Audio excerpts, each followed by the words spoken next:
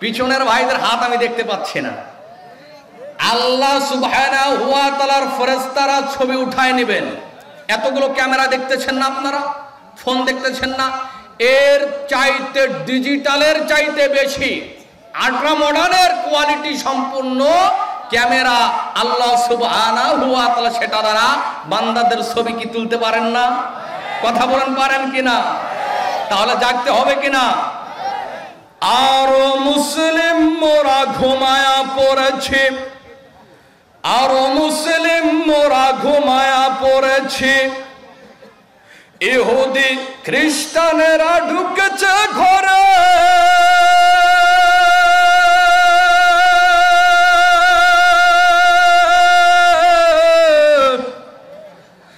আরো বামপন্থীরা মোদের ইমান লুঠে নিয়ে গেল, দেখি নাই খেয়াল করে।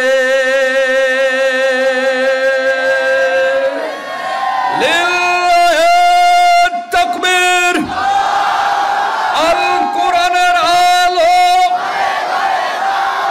সহিহ হাদিসের আলো, কোরআন হাদিস যেখানে, কোরআন নাই যেখানে,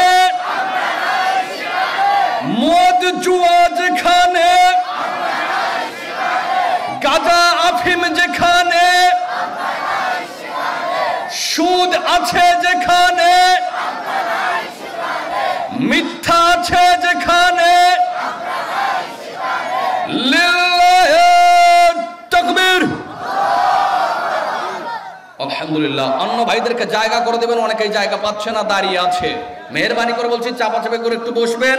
চিঠি দিয়েছে, বসার পূর্বেই চিঠি দিয়েছে, ভাইয়েরা দাঁড়িয়ে আছে, অতএব জায়গা করে দেওয়ার চেষ্টা করুন। আল্লাহ সুবহানাহু ওয়া তাআলা সকলকে কোরআন সুন্নাহ মোতাবেক আলোচনা শুনে বুঝে সে অনুযায়ী আমল করার তৌফিক দান করুক। সকলে বলে আল্লাহুম্মা আমিন। আস-সাআত আরবি শব্দ, এর বাংলা প্রতিশব্দ হচ্ছে মহাপ্রলয়, কিয়ামত। সাআ আরবি শব্দ, এর বাংলা প্রতিশব্দ হচ্ছে মহাপ্রলয়, কিয়ামত। খুব মনোযোগ সহকারে কথাগুলো শ্রবণ করতে হবে, খুব মনোযোগ সহকারে কথাগুলো শ্রবণ করতে হবে। তার কারণ হচ্ছে বিভিন্ন বিষয়ে আপনারা আলোচনা শুনে থাকেন, তো আমরা অনেকেই বলে থাকি যে কিয়ামত হবে, বলি না? কথা বলেন, বলি কিনা? অনেকেই আমরা বলে থাকি যে কিয়ামত সংঘটিত হবে।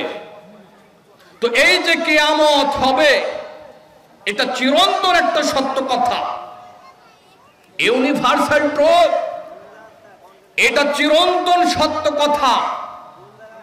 যে ব্যক্তি আমানতু বিল্লাহ, আল্লাহর প্রতি ঈমান এনেছে, ওয়াল ইয়াউমিল আখির, কিয়ামত দিবসের প্রতি যে ব্যক্তি ঈমান এনেছে তাকে বলা হবে মুমিন। সে মুমিন, সে ঈমানদার, সে মুত্তাকি, সে মুসলিম, সে আল্লাহওয়ালা বান্দা। কথা বলেন। অতএব আমরা বলে থাকি কি কিয়ামত হবে। তো এই যে কিয়ামত হবে, এর কিছু আলামত আছে। আলামত মানে হচ্ছে নিদর্শন। কি বললাম? আলামত মানে নিদর্শন, আলামত মানে হচ্ছে চিহ্ন। আপনি বলবেন যে সাবানটারি জামে মসজিদের আমরা খতিবকে, লোকটাকে দেখতে চাই, ওনার বাড়ি গাইবান্ধায়, কেমন করে চিনবো? এক্সাম্পল দিচ্ছি। Example is better then precept. উদাহরণ দিয়ে কথা বললে মানুষ বুঝতে পারবে। তো বলেছে আপনি যাবেন, লোকটার চেহারা, আকার, আকৃতি এরকম। কথা বলেন, তাহলে আপনার লোকটাকে খুঁজে বের করা সহজ হয়ে যাবে। ঠিক আলামত, কিয়ামত যে সংঘটিত হবে, এর কিছু আলামত রয়েছে। এই আলামতগুলো হচ্ছে চিহ্ন, নিদর্শন। আল্লাহ সুবহানাহু ওয়া তাআলা তিনিও কিছু নিদর্শন পৃথিবীর বুকে রেখে দিয়েছেন। আল্লাহ সুবহানাহু ওয়া তাআলা বলেন, ওয়াফিল আরদি আয়াতুল লিল মুকিনিন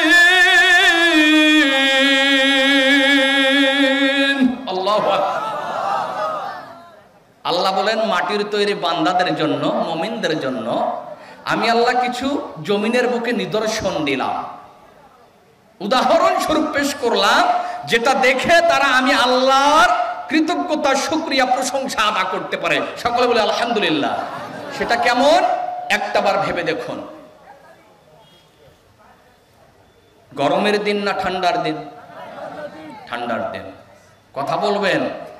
শিক্ষার এটা একটা শিক্ষণীয় ক্লাস। 4টা বিষয় দিয়ে মানুষ শিখতে পারে। ন্যাশনাল কারিকুলাম টেক্সট বোর্ডের বইগুলোতে লেখা আছে listening, speaking, reading and writing. Listening, speaking, reading and writing. লিখতে হবে, পড়তে হবে, বলতে হবে, শুনতে হবে। এই 4টা জিনিস না থাকলে কেউ শিক্ষা অর্জন করতে পারবে। অতএব এখানে দুটো কাজ হবে, আমি বলবো, আপনারা শুনবেন, আমি জিজ্ঞেস করব, আপনারা বলবেন। ঠিক আছে না? কথা বলেন। তো আল্লাহ সুবহানাহু ওয়া তাআলা বললেন ওয়াফিল আরদি আয়াতুল লিল মুকিনিন। আমি আল্লাহ মুমিনরা যাতে দেখতে পারে আমার নিদর্শন, নিয়ামতগুলো, এজন্য কিছু নিদর্শন, চিহ্ন আমি আল্লাহ পৃথিবীর বুকে দিয়ে দিলাম। সেটা কিরকম একটাবার খেয়াল করে দেখেন। শীতের রাত, ঠান্ডার রাত, রাত্রি 12টায় উঠেছেন আপনি, রাত্রি 12টায় উঠে রাত্রি 1টা 2টোয় উঠে উজু করবেন। আপনি গিয়েছেন টিউবওয়েলের কাছে। কোথায় গিয়েছেন? টিউবওয়েলের কাছে। হাতলটাকে ধরেছেন। হাতলটাকে ধরার পরে যখন 10 থেকে 12টা চাপ দিয়েছেন আপনি, সাবানটারের ভাইরা শোনন, গরমের দিনে আল্লাহ সুবহানাহু ওয়া তাআলার কোন বান্দা যখন রাত্রি 12টা 1টা 2টোর দিকে টিউবওয়েলের হ্যান্ডেলের মধ্যে হাতলটাকে ধরে যখন 10-12টা চাপ দিবে, গরমের দিনে ঠান্ডা শীতল পানি বের হয়।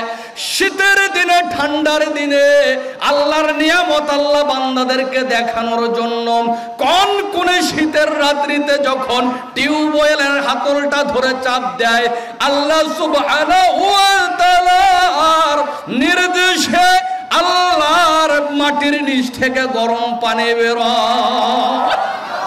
কথা বলেন ঠিক কিনা? নিদর্শন, এগুলো হচ্ছে নিদর্শন।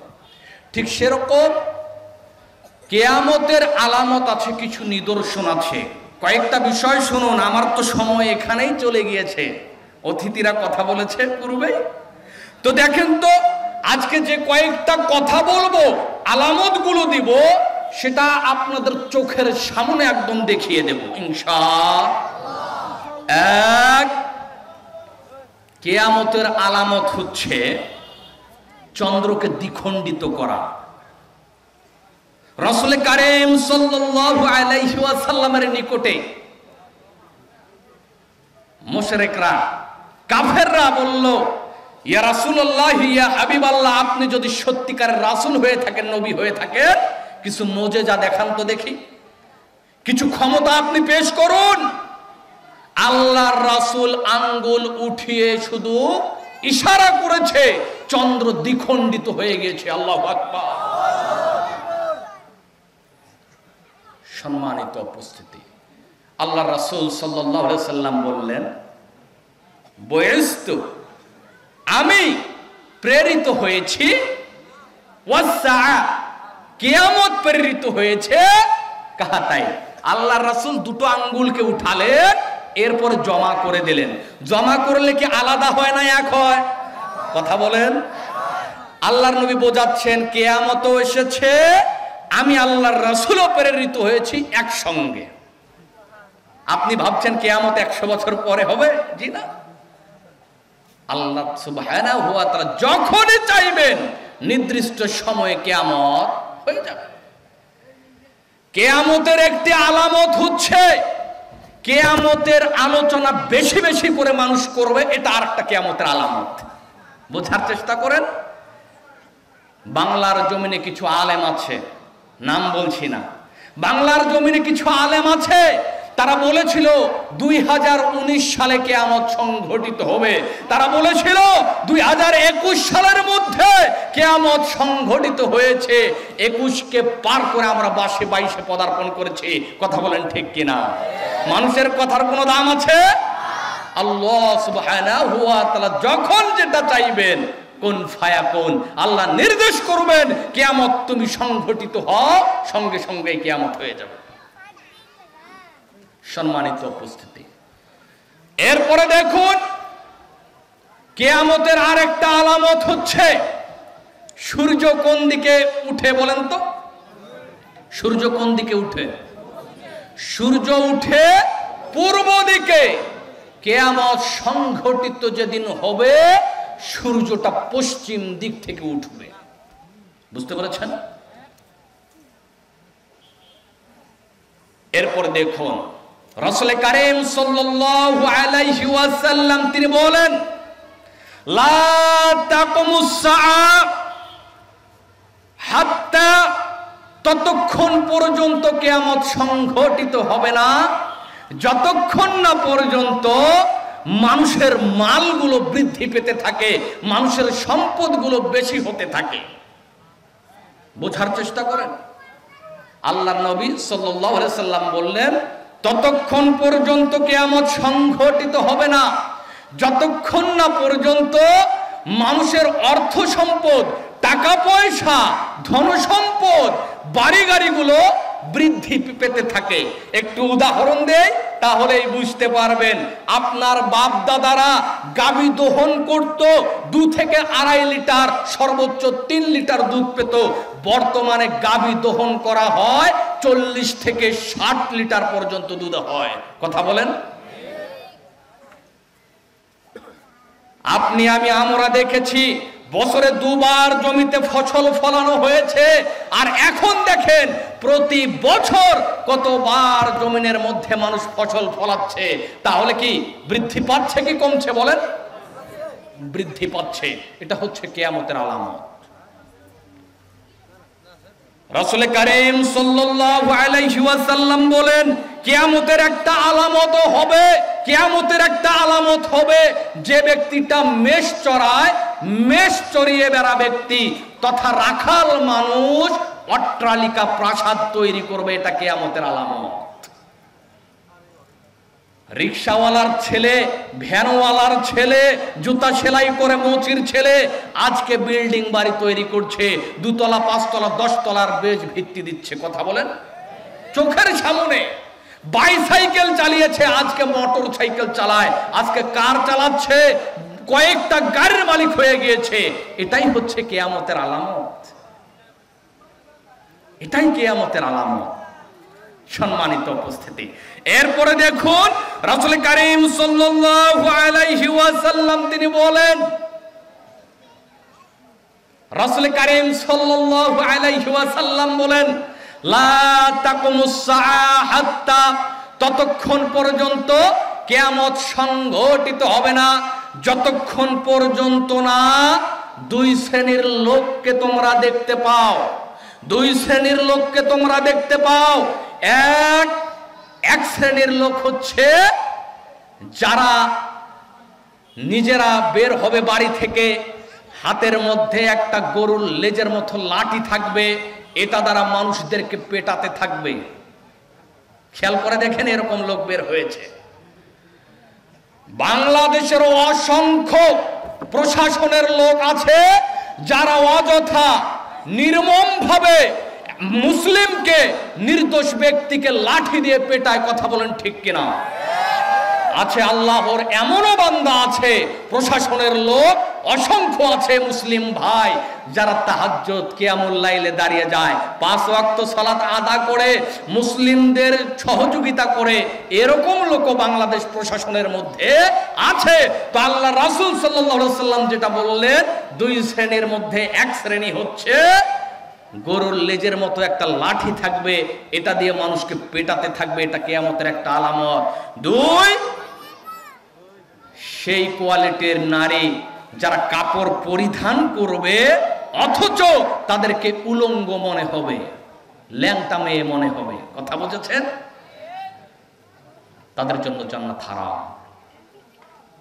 সম্মানিত উপস্থিতি, দ্বিতীয় শ্রেণীর হচ্ছে ওই মেয়ে লোক যার শরীরে পোশাক রয়েছে, পোশাক পরিধান করেছে, এরপরেও তাকে দেখলে মনে হবে উলঙ্গ অর্ধলঙ্গ অবস্থায় আছে, তার তথা এমন পোশাক পরবে সামন থেকে পিছন দেখা যাবে। সম্মানিত উপস্থিতি, এই কোয়ালিটির পোশাক পরিধান বর্তমান হচ্ছে কি হচ্ছে না বলেন? এটাই কিয়ামতের আলামত, এটাই কিয়ামতের আলামত। রাসূল কারীম সাল্লাল্লাহু আলাইহি ওয়াসাল্লাম বলেন, লা তাকুমুস সাআহ হাত্তা আন তাকসুরুন নিসা। আল্লাহর রাসূল সাল্লাল্লাহু আলাইহি সাল্লাম বলেন, ততক্ষণ পর্যন্ত কিয়ামত সংঘটিত হবে না যতক্ষণ পর্যন্ত না নারীদের সংখ্যা বৃদ্ধি পাবে। পুরুষ বেশি না নারী বেশি বাংলাদেশে? ইন্ডিয়াতে? গোটা পৃথিবীতে নারীরাই বেশি। কথা বলেন। আল্লাহর রাসূল সাল্লাল্লাহু আলাইহি সাল্লাম 1400-1450 বছর পূর্বে বলে গিয়েছেন নারীদের সংখ্যা বেশি হবে। এটা হচ্ছে কিয়ামতের আলামত। একজন পুরুষ 50 জন নারীকে কন্ট্রোলে রাখবে, দায়িত্ব পালন করবে একজন পুরুষ 50 জন মেয়ে লোকের নারীর। সম্মানিত উপস্থিতি, এটা কিয়ামতের আলামত। আপডেট লেকচারগুলো আপনারা অ্যাকসেপ্ট করার, গ্রহণ করার চেষ্টা করুন। স্যাটেলাইটের, টিভি চ্যানেলের ব্যাপক বৃদ্ধি পাবে, এটা হচ্ছে কিয়ামতের একটা আলামত। আপনি দেখেছেন, আমি দেখেছি নিজে, আমার বাপ দাদা দেখেছে। বাংলাদেশের একটা টিভি, জাতীয় টেলিভিশন যেটা বিটিভি বলা হয়, আজকে শত শত চ্যানেল আছে না বলেন? শত শত চ্যানেল বর্তমান চলছে, 300, 500, 600-র মতো চ্যানেল রয়েছে। এগুলো বৃদ্ধি পাবে, এটা কিয়ামতের একটা আলামত। কিয়ামতের আর একটা আলামত শুনুন। সম্মানিত উপস্থিতি, পিতার সঙ্গে সদাচরণ করা বাদ দিয়ে বন্ধুদেরকে ভালোবাসার পাত্র বানিয়ে নেবে, এটা হচ্ছে কিয়ামতের একটা আলামত। পিতাকে দূরে সরিয়ে দিবে, জন্মদাতা আব্বাকে দূরে সরিয়ে দিয়ে বন্ধু বান্ধবদেরকে গ্রহণ করে নেবে, এটা হচ্ছে কিয়ামতের একটা আলামত। অথচ আল্লাহ সুবহানাহু ওয়া তাআলা জানায়া দিচ্ছেন সূরা বনী ইসরাঈল 24 নম্বর আয়াতের মধ্যে আল্লাহ সুবহানাহু ওয়া তাআলা বলেন, আখফিজ লাহু মা জানাহাদ-দুল্লি মিনার রাহমা।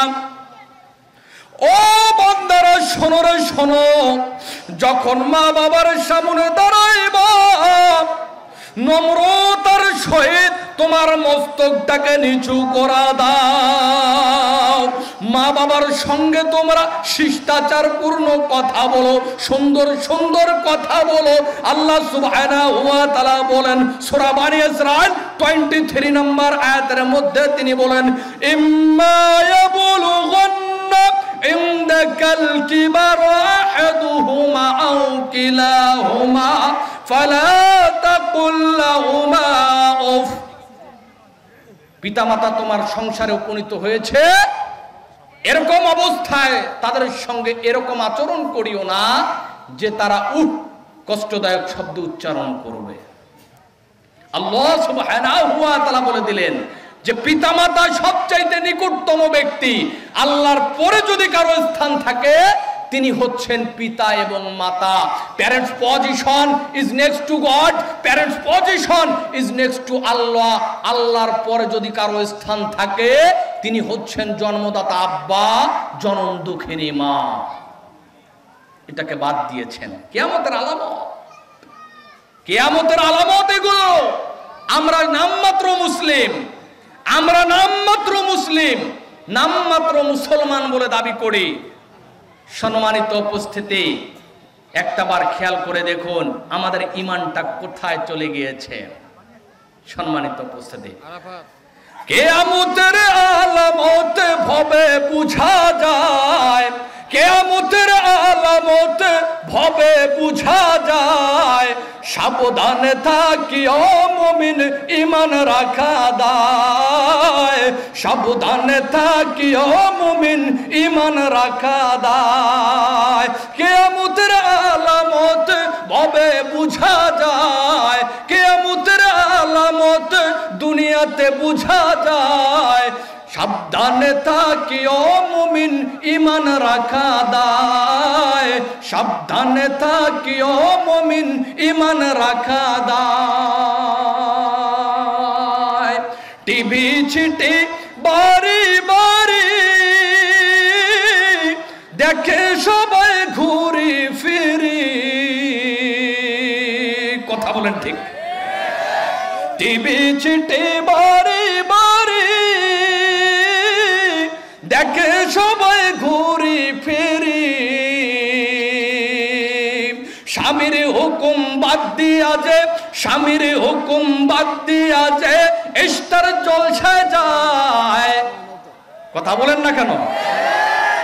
সাবধানে থাকিও মুমিন ঈমান রাখা দায়, সাবধানে থাকিও মুমিন ঈমান রাখা দায়।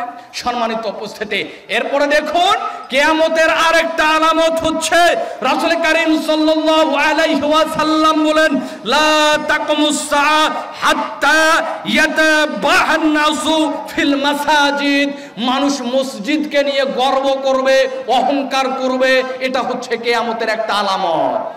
কথা বলে, মসজিদ নিয়ে মানুষ গর্ব করবে, অহংকার করবে, এটা হচ্ছে কিয়ামতের একটা আলামত। কথা বলেন ঠিক কিনা? এটা আমার বাপ দাদা করে গিয়েছে, এটা আমার বাবার দেয়া মসজিদ, এই জায়গাটা আমার দাদার মসজিদ, এই জমিটা আমি দান করেছি, এটাতে আমি সভাপতিত্ব করব, আছে না? আপনাদের এলাকাতে নাই, বাংলার জমিন অন্যখানে আছে, সেখানকার কথা বলছি। এর জমিদাতা আমি, অতএব এর সভাপতি আমাকেই হতে হবে, এরকম ব্যক্তি আছে না? কিয়ামতের আলামত। আমাদের মসজিদটা অনেক বড়, আমাদের মসজিদের খতিব ইমাম বিশাল আকারের মানুষ, এরকম বলাই হচ্ছে কিয়ামতের আলামত। অহংকার করবে মানুষ, অহংকার করবে, গর্ব করবে মসজিদকে নিয়ে, এটা হচ্ছে কিয়ামতের একটা আলামত। এরপরে দেখুন রাসূল কারীম সাল্লাল্লাহু আলাইহি ওয়াসাল্লাম বলেন, লা তাকুমুস সাআ হাত্তা তাখরুজুন নারু মিন আরদিল হিজাজ। হিজাজ অঞ্চল থেকে আগুনের কুণ্ডলী বের হবে, এটা হচ্ছে কিয়ামতের একটা আলামত। হিজাজ অঞ্চল থেকে, জমিনের নিচ থেকে আগুন বের হবে, এটা হচ্ছে কিয়ামতের একটা আলামত। আপনারা অনেকেই দেখেছেন যে বাংলার জমিনে অনেকেই দেখেছেন বিশাল আকারের আগুনের কুণ্ডলী, আল্লাহ চাইলে জমিনে আগুন লাগে, আসমানের দিকে আগুনের কুণ্ডলীগুলো উড়তে থাকে। কথা বলেন, আগ্নেয়গিরি রয়েছে, আপনারা খেয়াল করলেই দেখতে পাবেন বিশাল আকারের ভূমিধস হবে, এগুলো হচ্ছে কিয়ামতের আলামত। সম্মানিত উপস্থিতি, অতএব আপনাকে আমাকে খেয়াল করতে হবে কোন বিষয়গুলো কিয়ামতের আলামতের মধ্যে পড়ে যাচ্ছে, সেগুলো থেকে আপনাকে আমাকে সরে আসতে হবে। ওই পাপ কাজ, গুনাহের কাজ আপনার আমার করা চলবে না। অতএব মসজিদ নিয়ে কোন রকমের গর্ব করা, অহংকার করা চলবে না। এই পাপ কাজ আমরা সকলেই ছেড়ে দেব। আল্লাহ সে তৌফিক দান করুক, সকলে বলি আল্লাহুম্মা আমিন। এরপরে দেখুন কিয়ামতের একটা আলামত হচ্ছে এক শ্রেণীর ইমাম। হজের মধ্যে যখন লোকজন যায়, বাংলাদেশের আলেম ওলামারাও যায় কি যায় না, কত সময় মাকে ঝুড়ির উপরে, মাথার উপরে রেখে দাও। ইমাম সাহেব হুজুর মসজিদ থেকে ফলো করেছে, কয়েকজন লোক ছিল বলে ও ভাইয়েরা একটু যাও তো যাও, ওই ভাইকে দেখি আমি, তিনি মাথার উপরে একটা ডালা নিয়েছে, ঝুড়ি নিয়েছে, না জানি ঝুড়ির মধ্যে কি আছে, এত কষ্ট করে কেন তিনি কাবাঘর তাওয়াফ করছে, যাও যাও গিয়ে তাকে ওই ঝুড়িটা মাটিতে রাখতে বলো, আর আমরা ওটা দেখে রাখবো, আমরা ঝুড়িটা হেফাজতে রাখবো। লোকগুলো যখন চলে গেল, লোকগুলো যখন যায় গিয়ে তখন বলেছে ভাই ঝুড়িটা নামায়া রাখেন গো, আপনার ঝুড়ি পাহারা দেব। যুবক বলে না না, ঝুড়ি রাখা যাবে না, কে পাঠালো আপনাকে, আপনি আমাকে বলে দেন গো। বলে মসজিদে হুজুর বসে আছে, হুজুর বলল আপনার ঝুড়ি আমাদেরকে দেখার জন্য। বলে না ভাই, আমার মাথার উপরে যে ঝুড়ি আছে, ঝুড়িতে যে জিনিসটা আছে, এই জিনিস আমার মাটিতে রাখা যাবে না। তবে ভাই আমি কাবাঘর তাওয়াফ শেষে হুজুরের সঙ্গে কথা বলার জন্য যাব। মানুষ যখন সমস্যায় পড়ে ইমাম খতিবের নিকটে যায় কিনা কথা বলেন? যে কোনো সমস্যায় নিপতিত হলে ইমাম খতিব হুজুরদের নিকটে জানার জন্য যায়, কথা বলেন ঠিক কিনা? আমি আসার সঙ্গে যখন রুমে প্রবেশ করেছি, আমাকে প্রশ্ন করা হয়েছে, হুজুর মানুষ যখন কবরের মধ্যে মাটি দেয়, মাটি দেওয়ার পরে কি সম্মিলিত দোয়া করবে নাকি চলে যাবে? আমি বললাম জি না, দোয়া করতে হবে। কিভাবে করবেন? আপনি মাটি দেয়া শেষ, দাফন কার্য শেষ, এরপরে আপনি দাঁড়ায়া মৃত ভাইয়ের জন্য দোয়া করবেন, নিজে নিজে আল্লাহর নিকটে আপনি ইস্তেগফার কামনা করবেন। রাসূল করিম সাল্লাল্লাহু আলাইহি ওয়াসাল্লামের বাণী, হাদিসটি চলে এসেছে। সম্মানিত উপস্থিতি, আল্লাহর নবী বললেন ইস্তাগফিরু লি আখিকুম, ইস্তাগফিরু লি আখিকুম, তোমরা তোমাদের মৃত ভাইয়ের জন্য দোয়া করো, ক্ষমা প্রার্থনা করো। কি বলে দোয়া করবেন? আল্লাহুম্মা গফির লাহু সাব্বিতহু, আল্লাহুম্মা গফির লাহু বিল কওলিস সাবিত, আল্লাহুম্মা গফির লাহু ওয়াফি আনহু ফাফু আনহু ফাগফির লাহু ওয়ারহামহু ইন্নাকা আনতাল গফুরুর রহিম। দোয়া করতে হবে আপনাকে। লোকটা আমাকে জিজ্ঞেস করলো, হুজুর ফরজ সালাতের পরে কি দোয়া করতে পারি? জি অবশ্যই পারেন। সালাম শেষ হয়েছে, তাসবিহ তাহলিল পাঠ হয়েছে, সুবহানাল্লাহ আলহামদুলিল্লাহ আল্লাহু আকবার, অন্য আরেকটা দোয়া বলে 100 বার মিল করেছেন, নাস ফালাক ইখলাস আয়াতুল কুরসি পাঠ হয়েছে। আল্লাহর নিকটে আপনি দুখানা হাত তুলে একা একা দোয়া করবেন। আল্লাহর রাসূল সাল্লাল্লাহু আলাইহি সাল্লাম বললেন জাওফুল লাইলিল আখির ওয়া দুবুরুস সালাতিল মাকতুবাত, মাঝরাত্রিতে উঠে যদি কেউ আল্লাহর নিকটে দোয়া করে, আল্লাহ সে দোয়াটাকে কবুল করে নেন। ফরজ সালাতের শেষে যদি কেউ একা একা আল্লাহর কাছে দোয়া করে, আল্লাহ তাআলা সেটা কবুল করে নেন। বাদ দেওয়া চলবে না। সম্মিলিত করতে বললাম কি? সম্মিলিত করতে বললাম, বোঝার চেষ্টা করবেন, বোঝার চেষ্টা করবেন বাবাজি, একটু বোঝার চেষ্টা করবেন।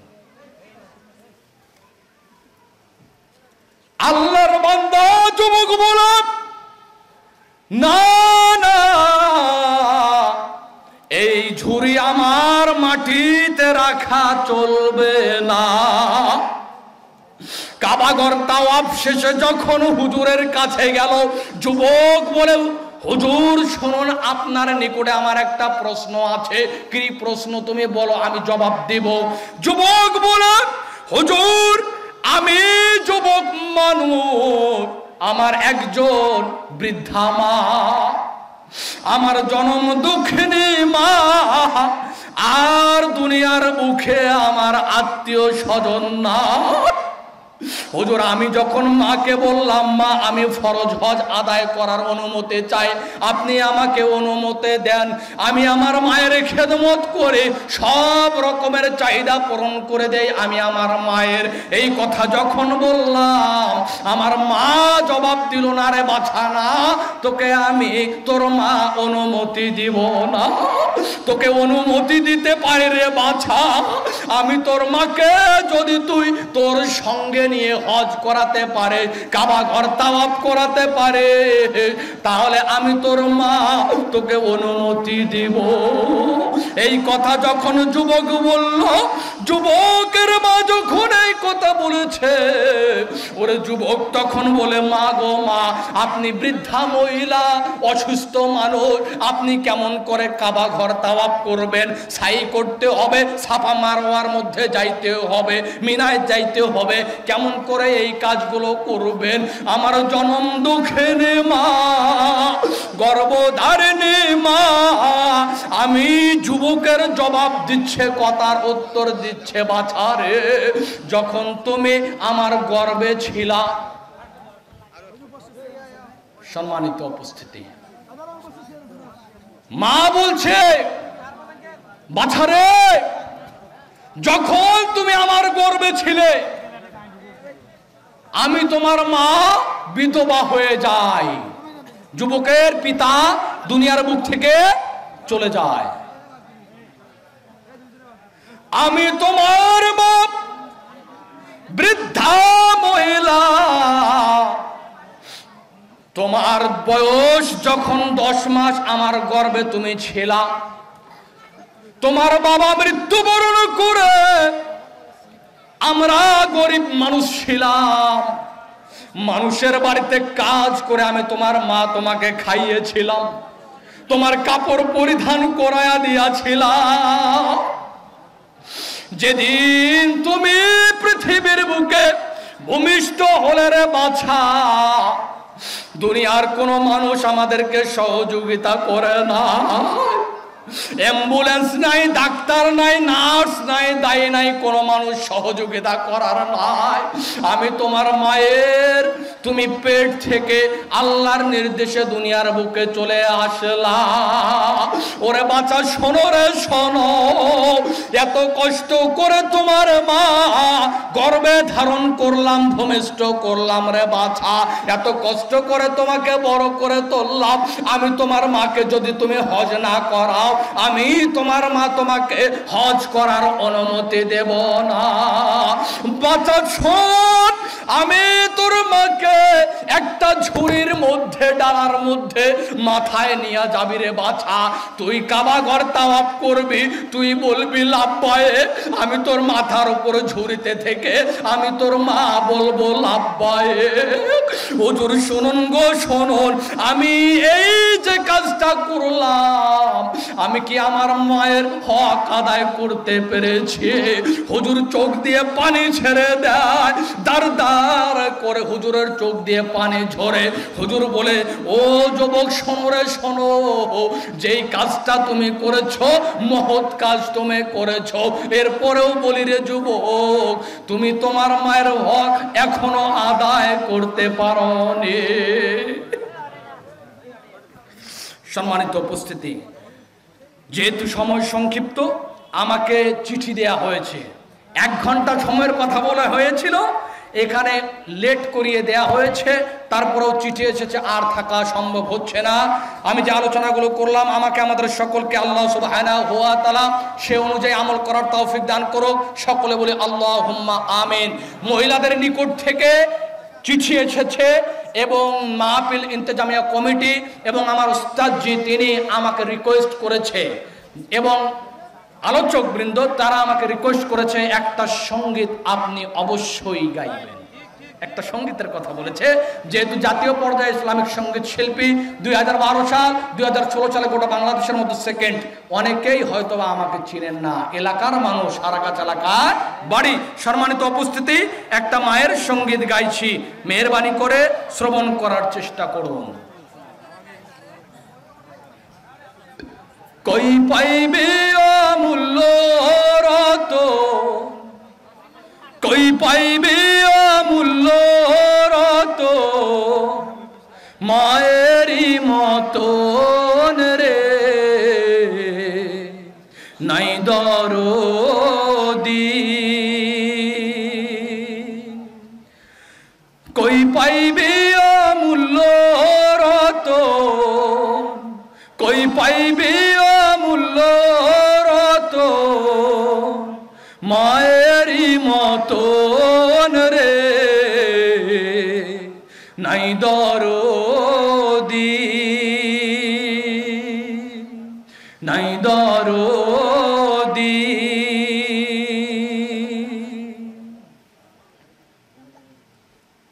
ভেজা কাঁথা নিচে শুইয়া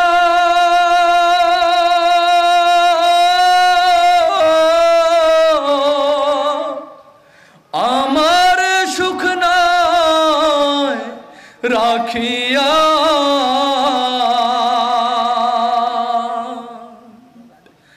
ভেজা কাঁথা নিচে শুইয়া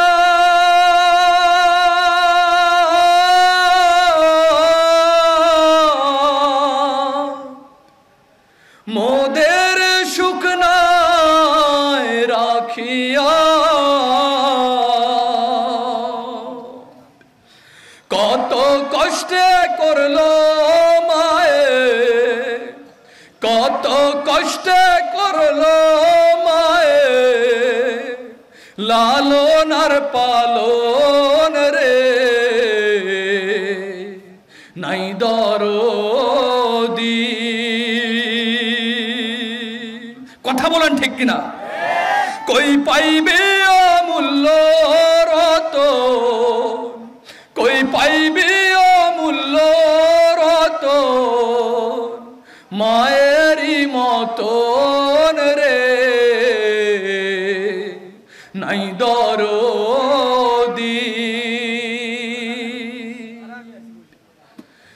আমার কোনো কষ্ট হইলে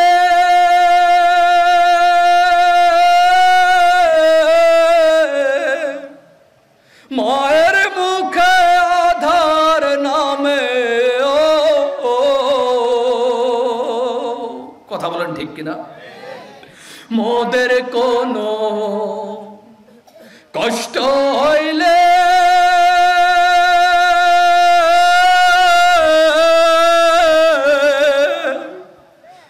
মায়ের মুখে আধার নামে,